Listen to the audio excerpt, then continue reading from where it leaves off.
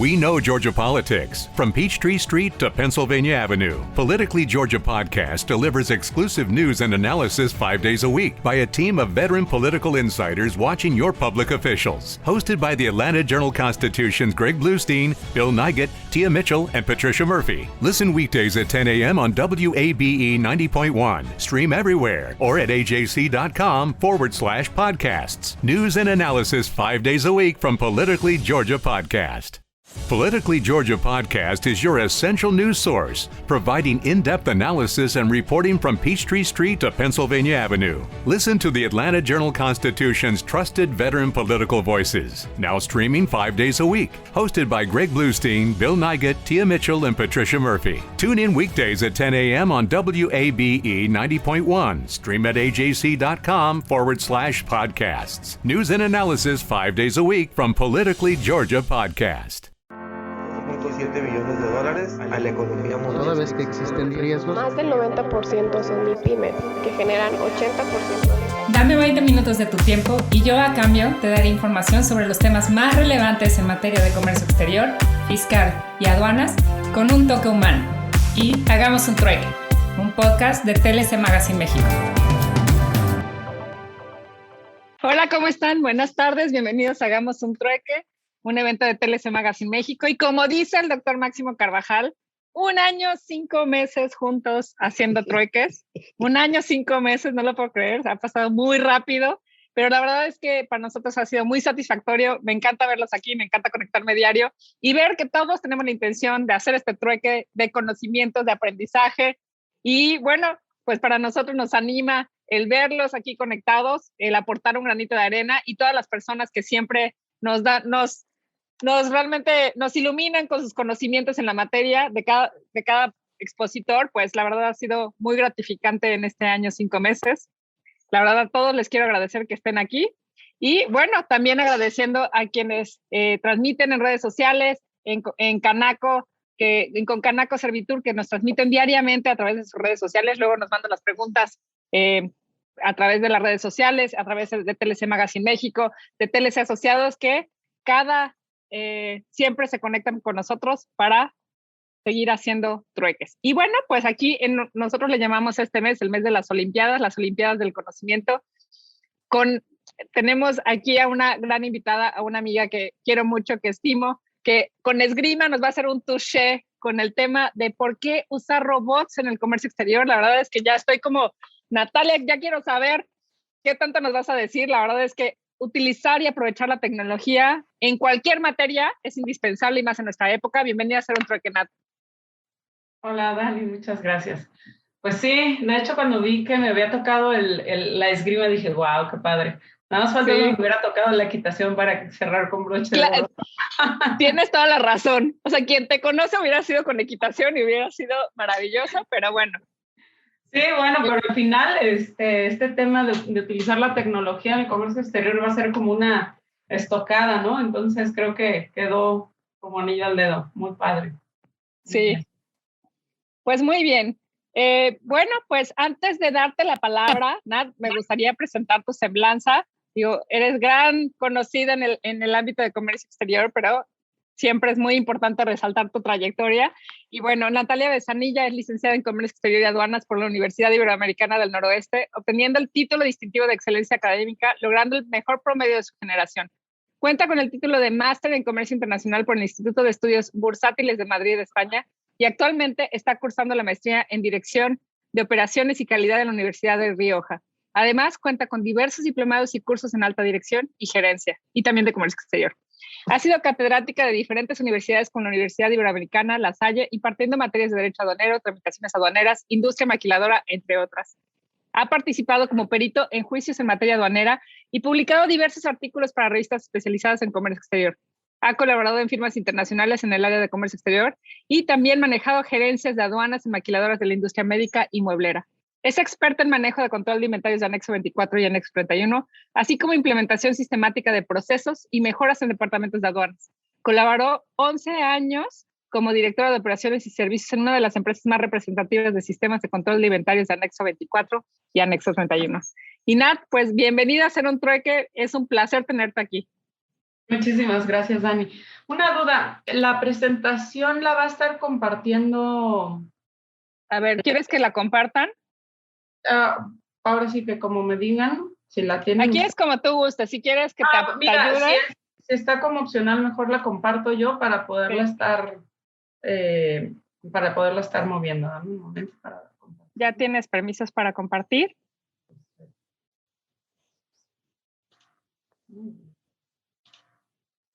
Perfecto, ya está. Okay. Y bueno, la idea es, ya sabes, como 45 minutos de tu exposición y al final hacer como un intercambio de preguntas y respuestas y comentarios tanto de los panelistas como quienes están conectados aquí a través de Zoom. Claro que sí, perfecto. Pues muchísimas gracias, Dani, de veras, que es un gusto poder estar con ustedes otra vez en esto.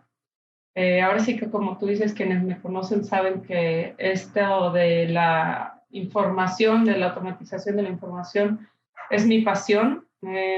Tengo una buena cantidad de años dedicándome a los sistemas de control de inventarios y las reconstrucciones que nos persiguen a todos, ¿no?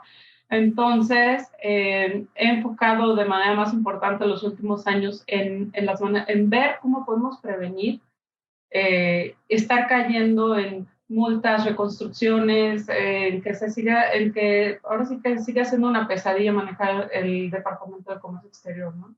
Entonces, pues bueno, ahorita les iré dando una platicada de cómo la conclusión ha sido que el implementar tecnología, pues es lo que puede llegar a hacer la diferencia, ¿no?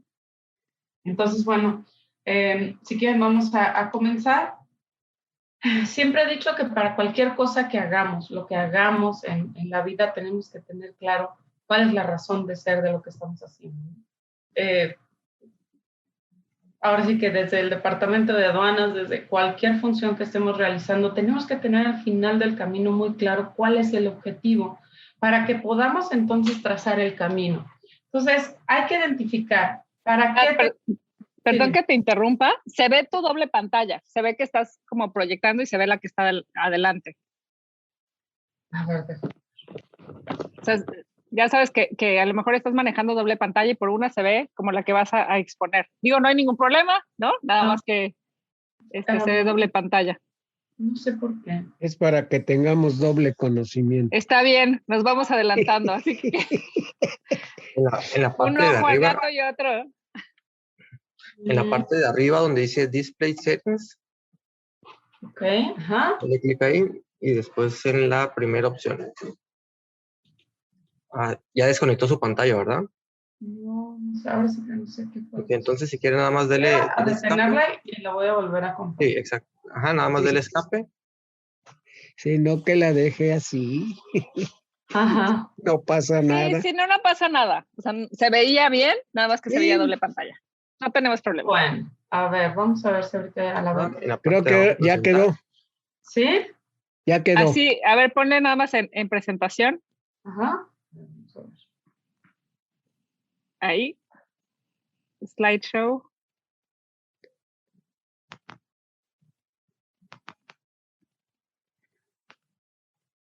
Ahora tengo congelada mi pantalla. No, pues, a mí me reprueban con eso. Sí, yo estoy igual en ese sentido, a mí me cuesta trabajo. Hablando de tecnologías y de robots, ¿no? Hay algunos que nos cuesta más trabajo esta parte de la tecnología. Qué pena decir, la que puedo hablar de tecnología y no podía compartir su pantalla bien. De robótica, no nomás de tecnología, Sí, sino de robótica. Es que aquí no puedo hagamos un trueque, ¿no? hay un enanito del internet que nos hace travesuras. Hay que traer a un robot. Ahí sí. Deja, ahí se ve ya igual. Está bien, pero... se ve bien, ¿eh? Vámonos. Ok, muy bien. Bueno, entonces hablamos de por qué estamos haciendo las cosas, ¿no? Entonces vemos que la razón de ser de un departamento de comercio exterior básicamente son dos funciones primordiales y una que hemos visto típicamente ya que la mayoría de las empresas grandes la han movido a otras áreas, ¿no? Que es la de logística de materiales. Pero hay dos de ellas que no nos podemos deshacer, de las que no nos podemos deshacer. Una, que es propiamente la operación de la importación y exportación, es decir, hacer que la mercancía llegue tanto a la empresa como de regreso con el cliente o con nuestro corporativo. Y la otra, que es la del cumplimiento aduanero, y que como muchos de ustedes saben, y sobre todo a partir del 2015, cada vez estamos más revestidos de un carácter fiscal, o sea, ya somos un departamento con un carácter fiscal muy importante. Entonces, esta función de cumplimiento aduanero cada vez ha obtenido un carácter mucho más robusto, ¿no? Y como les decía, finalmente la de logística de materiales, que incluso podemos ver que ya se ha movido a áreas como de materiales propiamente. Entonces, bueno, al final el objetivo de la operación, como les decía, es hacer que la mercancía llegue. Y la mayor preocupación, yo me acuerdo que en la mayoría de las encuestas y de las entrevistas que hago a los departamentos, nos decía que su mayor preocupación era el que si no llegaba la mercancía, tenían encima al gerente de producción, al de materiales, con un pie aquí, sonando todos los teléfonos porque no llegaba la mercancía y se iba a parar el piso de producción. Creo que ese es uno de los mayores miedos, que la mercancía no esté llegando a tiempo para que puedan producir. Y desde el punto de vista de cumplimiento, pues obviamente tenemos que estar cuidando todas las obligaciones que tenemos derivadas de todos los permisos que tenemos, ¿no? Que si tenemos IMEX, OEA, PROSEC, cualquier certificación que tengamos, pues tenemos que estar cumpliendo con cada uno de sus requisitos. Y al final, si lo vemos fríamente, decimos, bueno, ¿qué es lo que más te preocupa en el ámbito aduanero? La mayor preocupación siempre, incluso muchos me hacían burla de que los asesores siempre asustamos con que el SAT, bueno, el antes SAT y ahora ya tenemos uno nuevo, ¿no? Pero es el coco, ¿no? Nos asustan con que va a llegar el coco y te va a cerrar y te va a poner multas. Entonces, tenemos dos preocupaciones. Una es que le tenemos miedo al de producción porque no llega la mercancía, le tenemos miedo al gerente de planta, le tenemos miedo al de materiales porque no está entrando o saliendo la mercancía en tiempo y forma.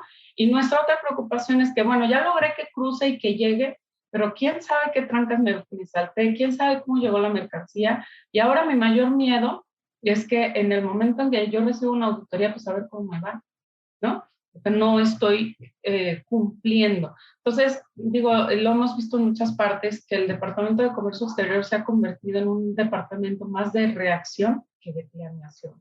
Es decir, siempre está tapando hoyos en lugar de estar previniendo, ¿no? Entonces, bueno, aquí les puse un cuadrito nada más para que podamos ver más o menos cómo se ha comportado la autoridad en los últimos años. Y aquí algo que me llamaba la atención y es muy lógico. Si ustedes se dan cuenta, las visitas domiciliarias de 2012 para acá, si vemos en la cantidad de visitas domiciliarias, ¿cuántas genera la autoridad? Igual, revisiones de gabinete, vamos más o menos igual. Si se dan cuenta, han ido disminuyendo conforme pasan los años. Tenemos que en 2012 teníamos 22,000 visitas domiciliarias, cuando ya en el 2020 estamos presenciando menos de 6,000. Igual en las revisiones de gabinete se han reducido de forma importante, mientras que los pagos, bueno, esos más o menos se mantienen igual. Sin embargo, si se dan cuenta, el monto de recaudación fiscal es muchísimo mayor hoy en día que lo que hacían con 22,000 visitas. ¿Por qué? Bueno, porque estamos frente a una autoridad muchísimo más tecnológica también. Tenemos una autoridad en donde ya tienen un cruce de información, o sea, antes de llegar con nosotros, ya cruzaron la información, ya saben en dónde nos está doliendo, ya saben en cuáles incoterms parece que estamos declarando un incoterm incorrecto, y están cruzando valores, están cruzando toda la información. Entonces, ciertamente, sí estamos frente a una autoridad mucho más automatizada. Y lo vemos hasta en la misma aduana, ¿no? Que ya tenemos códigos QR para cruzar la mercancía, o sea, se han reducido muchísimo los papeles. Entonces, quiere decir que tenemos que revisar hacia adentro. Si nosotros estamos avanzando también en ese nivel de tecnología y de administración de los datos. Aquí, cuando hablemos de tecnología, tenemos que recordar que en el Departamento de Comercio Exterior nuestra materia prima es la información, son los datos. Entonces, nosotros somos también como si fuéramos una maquiladora. comercio exterior maquilamos información. Eso es lo que hacemos. Entonces, siendo que la materia prima es la información, si no cuidamos la calidad de la información, pues vamos a tener nuestro producto terminado, que es los reportes y los resultados del cruce de la información, pues va a ser de muy mala calidad. ¿Estamos de acuerdo? Aquí les puse una foto. Estos son datos reales de las auditorías que nos ha tocado, pues con las que nos ha tocado trabajar en los últimos 3, 4 años. Y aquí lo que estoy tratando de poner en fotografía es qué tan caro nos sale y cuáles son los errores que nos salen más caros. De todas las auditorías que nos tocó atender en los últimos años, el valor mayor de las multas se encuentra en lo que está relacionado con no poder demostrar el retorno de las mercancías. Es decir, no poder demostrar las descargas de la materia prima importada, ¿no? Y ahí es donde se va el 80% de la multa. Otro importe importante también está en el activo fijo, en el valor del activo fijo es muy curioso porque todas las empresas saben que cuando nos visita la autoridad van a ir a piso y nos van a pedir los pedimentos de las máquinas. Y de verdad, a todas las empresas que yo visito y les pido hacer una revisión en el piso, hago una muestra súper sencilla y no tienen etiquetas, no las tienen claramente identificadas. O sea, son contadas con una mano las que más o menos tienen un control de activo fijo. Entonces, siguen siendo, fíjense, al final siguen siendo datos, ¿no? Porque lo que está haciendo falta en estas máquinas es señalar el dato de los pedimentos o de las facturas de importación con las que se importa esa maquinaria. Y bueno, el 6% de las multas están localizadas en datos incorrectos. Y todas las demás que ya no les puse valores están en diferentes, ahora sí que en diferentes conceptos, ¿no? Esto quiere decir que la autoridad ahorita le está dando muchísima más importancia, porque además, pues es la gallina de los huevos de oro. Todo el mundo sabe que es muy difícil tener el sistema de control de inventarios correcto, entonces para la autoridad lo más fácil es llegar y decirle, dame tus descargas, dame tu inventario físico, ¿ok? Y empieza así, ahora sí que a limpiarse los bigotes, porque ya sabe que va a haber una multa grande, ¿no? Bueno, entonces, ahorita les decía que nosotros somos un departamento maquilador, ¿no? O sea, somos maquiladores de información. Entonces, aquí es donde tenemos que empezar a evaluar cuál es el papel que juega la información para nosotros, cómo la información se convierte en el área de comercio exterior en tu materia prima. Después hay que empezar a evaluar cómo intervienen los sistemas, porque estamos hablando de que la información en un ámbito de trabajo puede ser muy ambiguo. ¿De dónde la agarro? ¿Cuáles deben ser mis fuentes? ¿Cuáles son los sistemas con los que interactúo? ¿Y de dónde debo de tomar el dato correcto, ¿no? Entonces ahí tienes que empezar a poner en un mapa cuáles son los sistemas con los que estás teniendo tu interacción. Aquí estoy poniendo el ERP, bueno, es indispensable, ¿no? O sea, no va a haber anexo 24 que pueda ser independiente de un ERP. ¿Cuáles son, bueno, como decía ahorita, cuáles son las fuentes de la información? Aquí tenemos que empezar a evaluar cuáles son los datos que vamos a poder tomar o que debemos tomar del proveedor, cuáles de la temporal, cuáles del transportista. Y bueno, identificar también cuál es el peor enemigo. Y definitivamente el peor enemigo de nuestro departamento es la manipulación de la información manual. ¿Por qué? Bueno, ahorita lo vamos a ver con un poquito más de detalle, ¿no? Entonces, bueno, aquí les quise poner a manera visual para que ustedes puedan ver cuáles son todas las obligaciones que recaen en un sistema de control de inventarios o anexo 24. Para que hagamos conciencia de que la administración correcta, la alimentación correcta de estos datos de los que hemos venido platicando, en la función o en el sentido de que tengamos esta información de calidad, vamos a poder demostrar todas estas obligaciones de mejor manera. ¿Cómo cuáles? Bueno, pues la legal estancia, los impuestos al comercio exterior, regulaciones y restricciones no arancelarias, anexo 31, pues ni qué decir, ¿no? O sea, simplemente no existe un anexo 31, sino un anexo 24, aunque sabemos que tienen sus bemoles y sus diferencias. están estrechamente relacionados. Las preferencias arancelarias, el retorno de la mercancía y dentro de la temporalidad, aquí es muy importante estar controlando temporalidades. Al final todos los reportes deberían de estar saliendo del sistema de control de inventarios, clasificación arancelaria, valor en aduanas, firmafila, la propia obligación de contar con un sistema de control de inventarios, manejo de desperdicio, etc. Aquí les puse simplemente las que son inalienables, ¿no? Las que no se pueden separar o no deberían, ¿no? O sea, si estuviéramos tomando las de otra fuente de información, podrían ser muy cuestionables. En estas dos gráficas, se las puse ahora sí como a manera de ejemplo para que ustedes lo puedan hacer en casa. Si recuerdan, hablábamos en un principio de las dos funciones del área. Una operativa que es el miedo que le tenemos a que la mercancía no cruce, separe piso de producción, etcétera, etcétera. Bueno, todo eso se relaciona a la función operativa como un cliente interno de la empresa.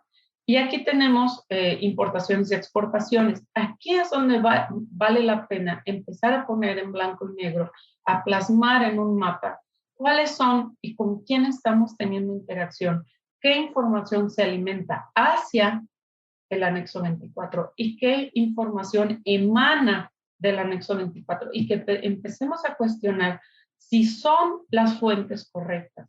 Y si estamos emitiendo la información de donde se debe emitir y tomando la información de donde se debe emitir para que después podamos ir al paso de ver cuál podemos automatizar, ¿de acuerdo? Aquí es el mismo pensamiento, nada más que desde el punto de vista de comercio exterior, de cumplimiento aduanero, perdón. El sistema de control de inventarios tiene interacción con el DataStage, con el módulo del SIG, con el RP, con el USEM. ¿Para qué? Pues para diferentes funciones, ¿no? Distinguir mercancías nacionales de extranjeras, el control de activo fijo, demostrar plazos de permanencia y factores de consumo, anexos 31, pagos de origen, reglas de origen, etcétera, ¿no? O sea, aquí realmente se los puse a manera de ejemplo y de hecho es un desglose real de una empresa que hicimos, ¿no? Incluso este es un mapa completo de cómo es el flujo de la información de entrada y cómo es el flujo de información de salida. Muy bien, bueno, entonces hasta aquí nos queda claro que en esta doble función que tenemos estamos entre la espada y la pared, porque por un lado necesitamos que todo suceda rápido, o sea, no podemos estar demorando la mercancía en la aduana. Y por el otro lado necesitamos que sea de manera precisa. Perdón, como que alguien iba a comentar algo. Adelante. Se arrepintieron. Bueno, pero si quieren, de hecho me encantaría, quien quiera interrumpir, opinar o complementar, estaría fabuloso. Entonces, todo tiene que suceder rápido, de manera precisa y el descuidar el dato en la información representa multas importantes al momento del despacho posteriores, ¿no? Entonces, bueno, aquí esta es una de las partes clave y es a donde quería llegar. Y me traje un ejemplo de un caso real en donde implementamos interfaces y robots. Ahorita me imagino que muchos de ustedes podrían decir, bueno, ¿y qué es eso de los robots? Pero lo voy a dejar para 2 slides más para mantener un poquito más el misterio. Este es un flujo de información real de una operación en donde hicimos todo el tracking de dónde arranca una operación de importación y cómo va siguiendo el camino y cuántas capturas tienen antes de ser procesada toda la factura completa, ¿no? Y hicimos un cálculo de horas. Entonces, fíjense, aquí en este ejemplo, esta empresa emite la orden de compra en el ERP, la manda al Hello, it is Ryan, and we could all use an extra bright spot in our day, couldn't we? Just to make up for things like sitting in traffic, doing the dishes, counting your steps, you know, all the mundane stuff. That is why I'm such a big fan of Chumba Casino. Chumba Casino has all your favorite social casino-style games that you can play for free anytime, anywhere with daily bonuses. That should brighten your day a little. Actually, a lot. So sign up now at ChumbaCasino.com. That's chumbacasino.com. No purchase necessary. VGW Group. Void where prohibited by law. See terms and conditions. 18+. Proveedor. Aduanas recibe notificación del broker normalmente de que ya tiene la mercancía y le manda un PDF y le dice, mira, aquí te va. Se lo manda a algunos, no me lo van a creer, pero hasta por fax. Bueno, en este caso, bueno, sí lo mandan escaneado y le mandan el PDF. Mira, esta es la mercancía que me llegó y es la que está disponible para cruzar. Entonces, Aduanas recibe ese PDF y lo captura. Primer error. Ahí ya tiene errores. Y fíjense, aquí estuvo muy simpático porque en esta revisión en concreto tenían 5 personas en importación. Entonces, fuimos y revisamos con las 5 personas de manera independiente de dónde tomaban los datos. Entonces, un dato tan sencillo como, oye, ¿de dónde tomas el costo de la materia prima que vas a importar? Al primer entrevistado nos dijo que del mismo packing list. El segundo nos dijo que de un listado que le mandaba finanzas. El tercero nos dijo que no se sentía seguro de ninguno de los dos, entonces que mejor se metía a la página del proveedor. El cuarto nos dijo que se metía al sistema de control de inventarios y el quinto nos dijo que se metía al ERP. ¿Saben cuál fue la conclusión? Un mismo número de parte fue importado en una ocasión con $1 y en otra ocasión con $10,000 de costo unitario. ¿Por qué? Pues porque hay muchísima manipulación manual.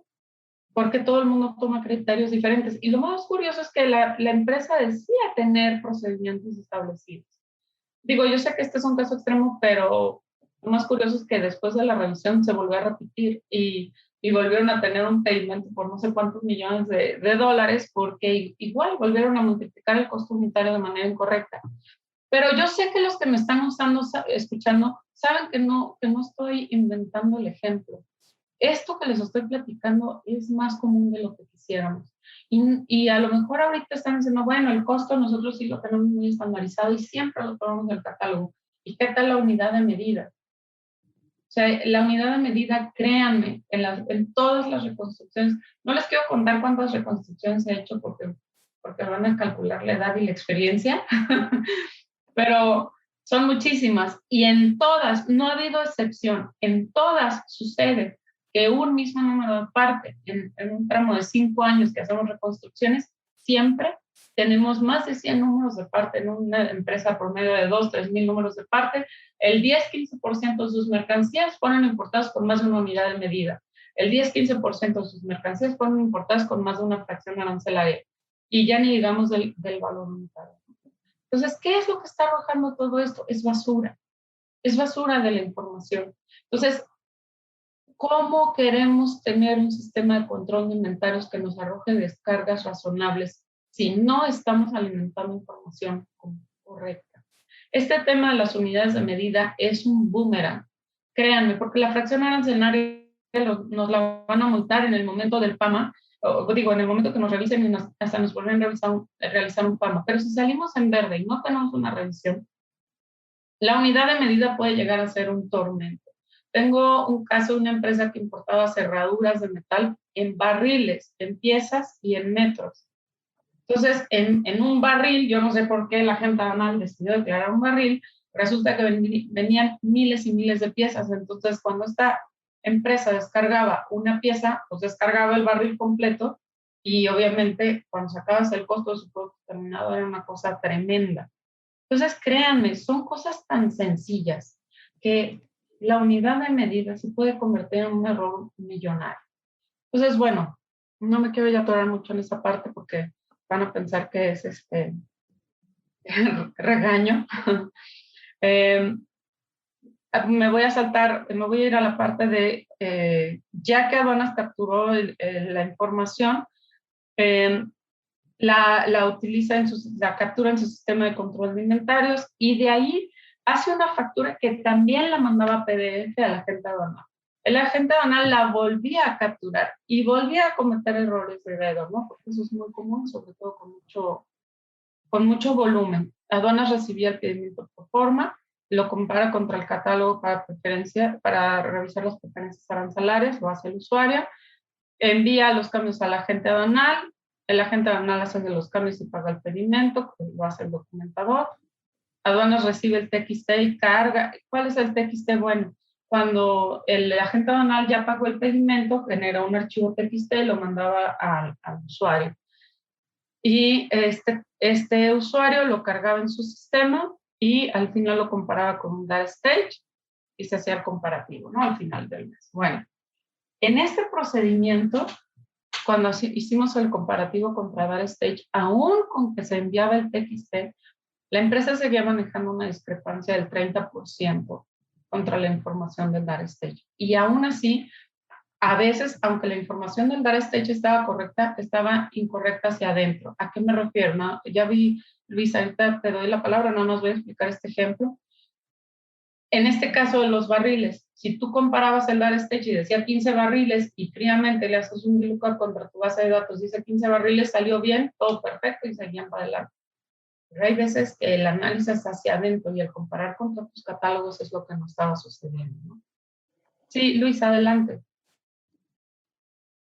Nat, si quieres ahorita que terminemos las preguntas y respuestas, si quieres síguele y ahorita al final dejamos preguntas y respuestas. Ya le di acceso también a Luis para que pueda hablar. Perfecto, ok. Entonces, bueno, este flujo que hicimos y que implementamos en esta empresa, fíjense qué diferencia. Aquí implementamos robots e interfaces y el procedimiento se fue de 6 horas a 1 hora. Y aquí lo interesante es que, si se dan cuenta, en el procedimiento anterior el usuario participa 1, 2, 3, 4, 5, 6, 7, 8, 9 veces, 10 veces. En este procedimiento el usuario solamente participa una vez. Y lo que sucede es lo siguiente. La información se recibe directamente del ERP a través de interfase. Se reciben órdenes de compra en anexo 24. Aduanas recibe la notificación del broker con las POs que tiene ya listas para cruzar a través de un FTP, lo notifica. El usuario aquí es el que toma la decisión en base a lo que tenga con producción o con materiales, decide qué es lo que va a cruzar y esa información ya no la tiene que capturar, ya existe en el sistema de control de inventarios. ¿Y qué es lo que tiene que hacer el usuario? Únicamente va a palomear o incluso el robot lo puede hacer cuando se le indica las facturas. El robot puede hacer la carga de esta información, se genera la factura pro forma asignando pedimento consolidado por el RPA y ya el resto de la información la realiza el robot, el resto de los pasos, ¿no? Enviar la factura al agente aduanal, se recibe el pedimento pro forma y se carga, se envían los cambios a la agente aduanal. Aquí también participa el usuario porque al final el robot, ahorita lo vamos a explicar, pero el robot puede hacer cualquier función que hace un usuario, pero lo importante es que las tomas de decisiones sí las realice el usuario. Se recibe el pedimento TXT, se carga en el anexo 24 y se recibe el data stage. ¿Cuál fue la diferencia de errores en este procedimiento con data stage? Se redujo a un 2%. O sea, de tener una discrepancia de un 30%, se redujo la diferencia de data stage contra base de datos a un 2%. Y son ajustes que todavía se tienen que seguir trabajando. Y obviamente, en tiempo por usuario, pues de 6 horas a 1 es muchísima diferencia. Entonces, bueno, aquí cuando hablamos de inteligencia, bueno, de RPAs, y tenemos que tener siempre presente que los RPAs van de la mano con un Business Process Management, porque no pueden existir robots si no tenemos procedimientos, porque los robots van a seguir el procedimiento que nosotros le indiquemos. Entonces va a ser indispensable que si estamos pensando en hacer una implementación de robots o hacer implementación de interfaces, que tengamos muy claros los procedimientos y que estén establecidos con todas las vertientes y las diferentes caminos que puede tener, ¿no?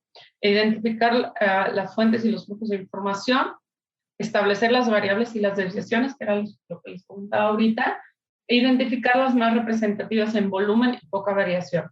Ok. Si ustedes le dan una investigada a lo que son los RPAs en general, en las aplicaciones de los RPAs, van a ver que su mayor éxito es en todas aquellas tareas de mucho volumen y de mucha repetición, generalmente son las que van generando cuellos de botella. Ahí es donde vale la pena aplicar los robots, porque son tareas repetitivas que no tienen caso. O sea, a un ser humano una tarea repetitiva termina cansándole los ojos y la mente. A un robot no. Y el robot lo dejas trabajando 24/7, ¿no? Bueno, los beneficios es que RPAs, yo me quedé con el nombre RPAs, es en inglés, pero la automatización robótica de procesos, que es en español, eso es el uso de un software. Aquí les voy a platicar un poquito más.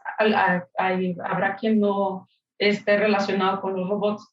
Estos robots se programan en plataformas como UiPath o en web, o sea, hay diferentes plataformas que al final, porque lo que me imagino que ustedes van a tener la curiosidad es, bueno, ¿qué puede hacer un robot? El robot puede hacer exactamente lo mismo que hace un usuario. Puede abrir un Excel, teclear una contraseña, cargar unos archivos, enviar el resultado, volver a cargar un Excel, enviarlo por correo, mandar 80,000 correos. Todo eso lo puede hacer un robot. Dice, los robots generalmente llevan a cabo procesos con reglas predefinidas que no involucran la evaluación de alternativas para la toma de decisiones. Obviamente, hay decisiones que no las va a poder tomar un robot y hay decisiones que sí.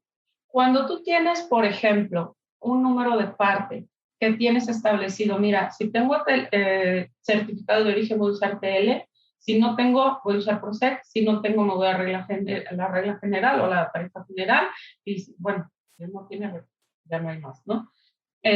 Si tú tienes ese tipo de situaciones muy claramente definidas que no requieren el involucramiento de un usuario, hay tareas que puedes dejar predefinidas para que un robot las pueda decidir.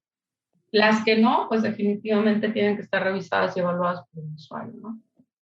El robot, bueno, tiene un gran potencial de ahorro en tiempo, en procesos y reglas predefinidas que involucran el uso de varias aplicaciones. Esto es muy importante porque el robot interactúa. O sea, el robot puede interactuar con un sistema de control de inventarios, puede interactuar con un Excel, puede interactuar con diferentes tipos de software. Ojo, esto me parece importante mencionarlo.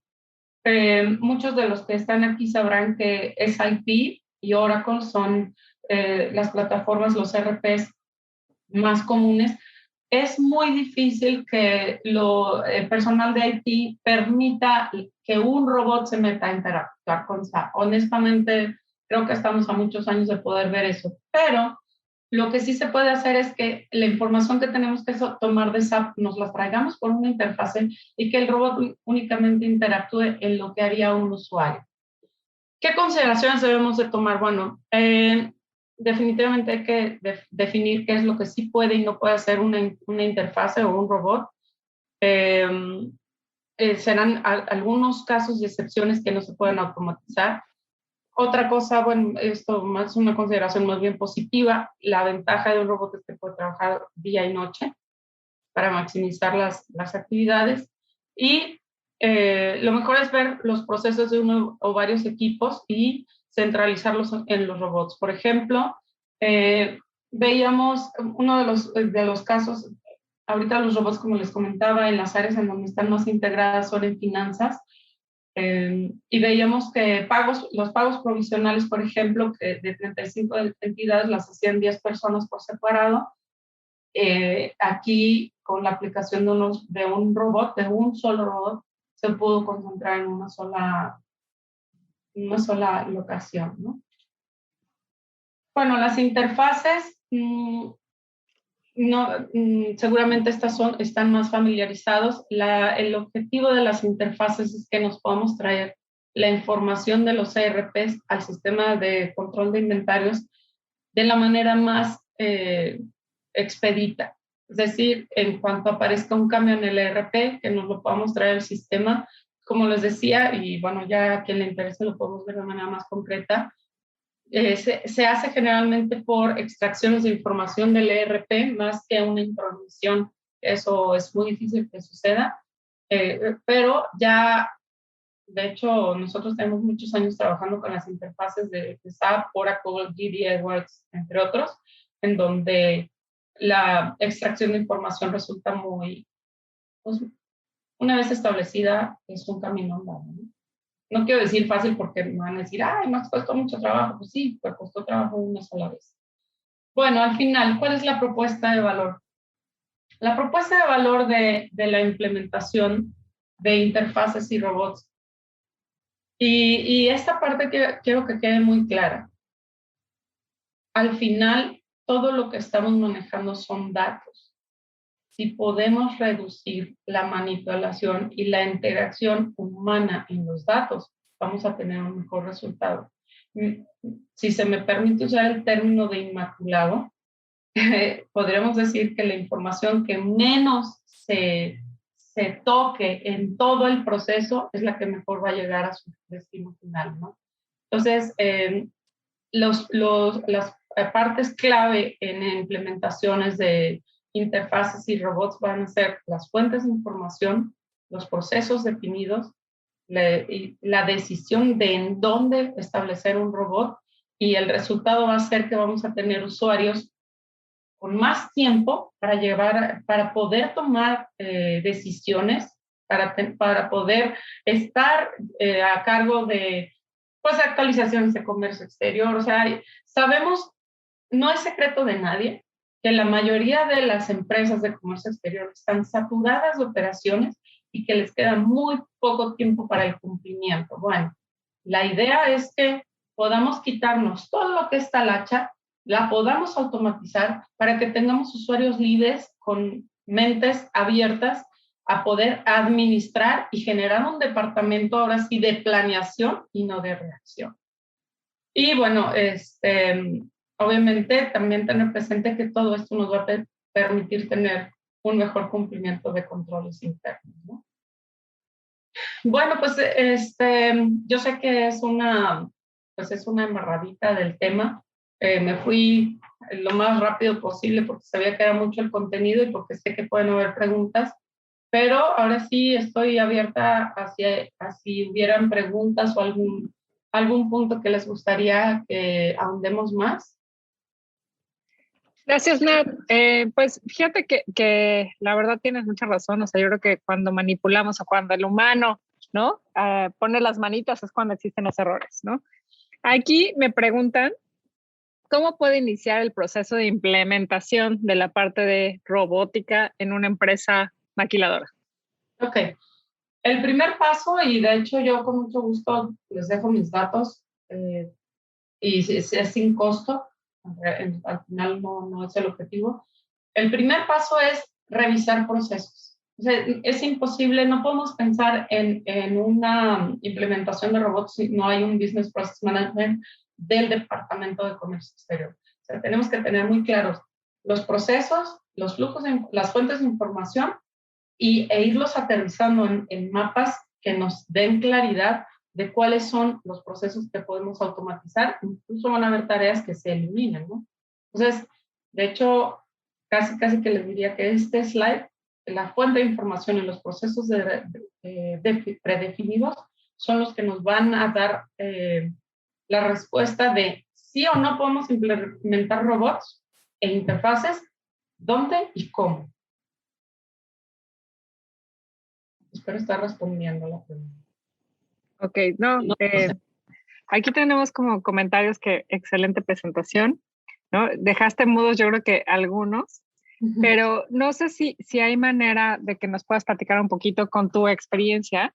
¿Dónde has visto los vicios más comunes en las empresas? Y de estos, ¿qué se puede atacar con la parte robótica? Ya mencionaste algunos. Sí, mira, la verdad es que yo te puedo decir con la experiencia que tengo que la mayoría, por no decir todas las reconstrucciones de inventarios, que además resultan carísimas para las empresas, tienen estos principales talones de Aquiles. Uno, unidades de medida. Y ahí les va. Unidad de medida de entrada unidad de medida del catálogo, unidad de medida del ERP y unidad de medida del consumo del BOM. Si no las tenemos homologadas, no vamos a tener un buen resultado. Entonces, ahora sí que como consejo les diría, paso número 1, revisen cómo están sus unidades de medida, cómo están requeridas en el BOM, cómo están en el ERP, porque muchas veces que las consultas en el ERP te sale una unidad de medida, pero a la hora que bajas el BOM, aparece otra. Ahí también vamos a necesitar muchísima ayuda de materiales, ¿no? Porque sí necesitamos tener definida, la materia prima debe ser consumida en una unidad de medida. Y van a ver aquí algunos de materiales que me digan, ay, por favor, eso no se puede. Ok, denme un factor de conversión. Pero sí tenemos que tener claridad. Yo lo que utilizo, y se los doy como consejo, necesitamos una columna vertebral. La columna vertebral puede ser el catálogo del mismo sistema de control de inventarios y de ahí partes. Entonces, si tú tienes en el catálogo de sistema de control de inventario libras y acá tienes, en la importación tienes kilos y en el ERP tienes piezas, con que tengas claro que en el catálogo de materia prima el factor de conversión hacia la importación va a ser tal y hacia el ERP va a ser tal, con eso la libras, pero sí necesita estar estandarizado. Lo ideal, obviamente, sería que tuvieras una sola, ¿no? Eso es lo ideal, eso es el deber ser, la teoría. Bien, y la siguiente,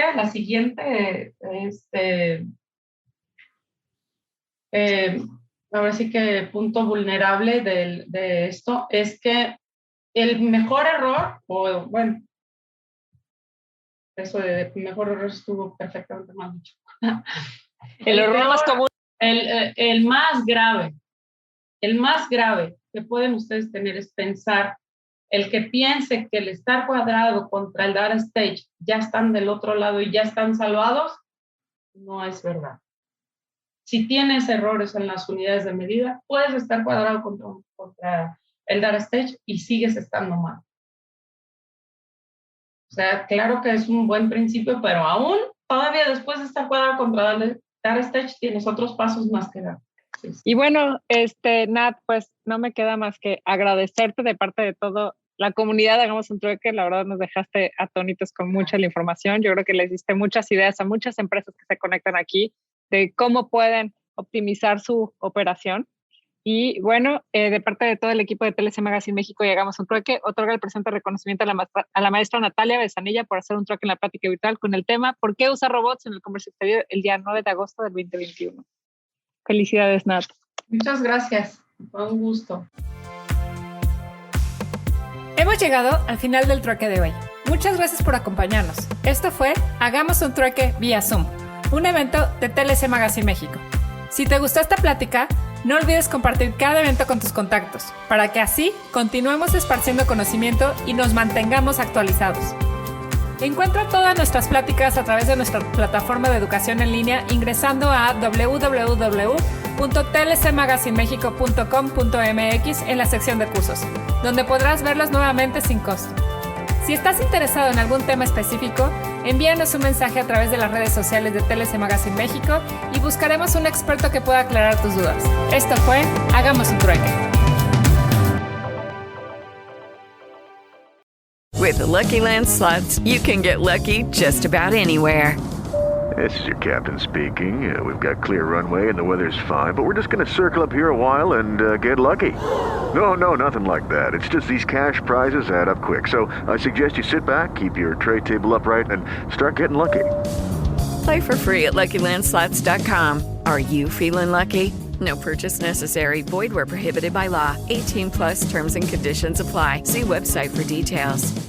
Hey guys, it is Ryan. I'm not sure if you know this about me, but I'm a bit of a fun fanatic when I can. I like to work, but I like fun too. It's a thing. And now the truth is out there. I can tell you about my favorite place to have fun. Chumba Casino. They have hundreds of social casino style games to choose from with new games released each week. You can play for free anytime, anywhere. And each day brings a new chance to collect daily bonuses. So join me in the fun. Sign up now at ChumbaCasino.com. No purchase necessary. VGW Group. Void where prohibited by law. See terms and conditions. 18 plus.